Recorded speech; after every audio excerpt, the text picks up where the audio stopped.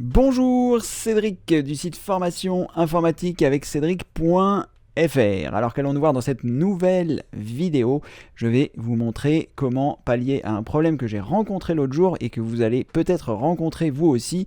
Alors, de quoi s'agit-il? Eh bien, l'autre jour, lorsque j'ai souhaité me connecter à ma messagerie Gmail, eh bien, le curseur était bloqué, c'est-à-dire qu'il ne voulait pas aller plus loin. Et ça, c'était arrivé parce que j'ai eu un plantage au moment de la récupération de mes emails. Mon Windows a planté, et puis quand je l'ai redémarré, j'avais ce souci qui m'empêchait d'aller plus loin dans la consultation de mes mails. Donc ne vous inquiétez pas, je vais vous montrer comment il faut faire. Le problème a été résolu très rapidement et il suffit simplement pour corriger le problème de vider le cache de votre navigateur. Donc je vais vous montrer comment vider le cache sur les 3 navigateurs principaux parce que si vous utilisez Google Chrome, Mozilla Firefox ou encore Microsoft Edge, les manipulations seront différentes pour vous sortir de cette situation. Alors, puisque nous sommes sur Microsoft Edge, je vais vous montrer en premier sur Microsoft Edge. Donc pour ce faire, vous cliquez sur les 3 petits points en haut à droite qui se trouvent là. Ensuite, vous allez choisir paramètres. Lorsque vous êtes dans les paramètres, vous allez descendre jusqu'à effacer les données de navigation. Vous allez cliquer ici sur choisir les éléments à effacer. Vous allez décocher les choses qui se trouvent ici et vous allez juste laisser fichiers et données en cache. Vous cochez la case, vous choisissez effacer, ça va prendre un petit peu de temps en fonction du nombre de données qui sont dans votre dossier cache et ensuite vous aurez la possibilité de relancer votre Gmail et cela vous permettra d'accéder à nouveau à votre messagerie. Donc là, je vous ai montré sur Microsoft Edge, on va faire maintenant sur Google Chrome.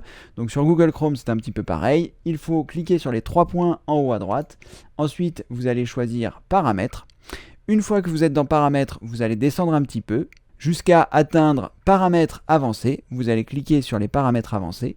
Vous allez continuer de faire défiler la page jusqu'à arriver à effacer les données de navigation. Donc vous cliquez ici et là, vous allez avoir un certain nombre de choses qui se trouvent ici. Vous allez tout décocher les cases et on va faire comme dans Microsoft Edge, on va juste laisser images et fichiers en cache. Donc là, vous voyez, j'ai 642 mégas, je vais cocher ça et je vais choisir effacer les données. Et là, ça va avoir effacé le cache de mon navigateur.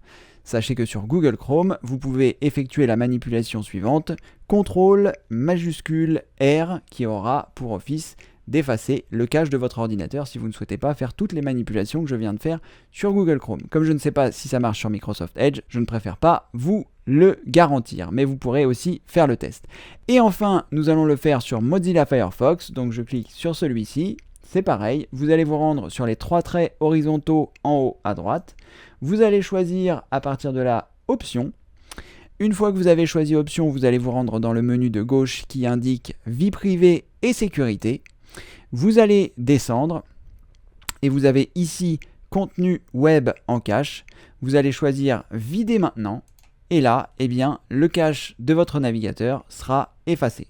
Donc vous savez désormais comment effacer le cache des 3 navigateurs, Microsoft Edge, Google Chrome et Mozilla Firefox, ce qui vous permettra de corriger cette erreur pour le mail que vous pourriez éventuellement avoir lorsque vous cherchez à ouvrir votre messagerie Gmail. Voilà, c'était Cédric du site formation informatique avec Cédric.fr. N'oubliez pas de mettre un pouce en l'air si cette vidéo vous a plu. N'oubliez pas de vous abonner à la chaîne pour ne manquer aucune vidéo. Et n'oubliez pas non plus de vous rendre sur le site pour accéder à toutes les formations gratuites que je vous offre. Il y en a plus de 500 accessibles directement depuis la rubrique formation du menu. Vous pouvez choisir la rubrique qui vous convient et vous trouverez des formations gratuites. Je vous dis, comme le veut la tradition, à très bientôt pour une prochaine vidéo. Ciao!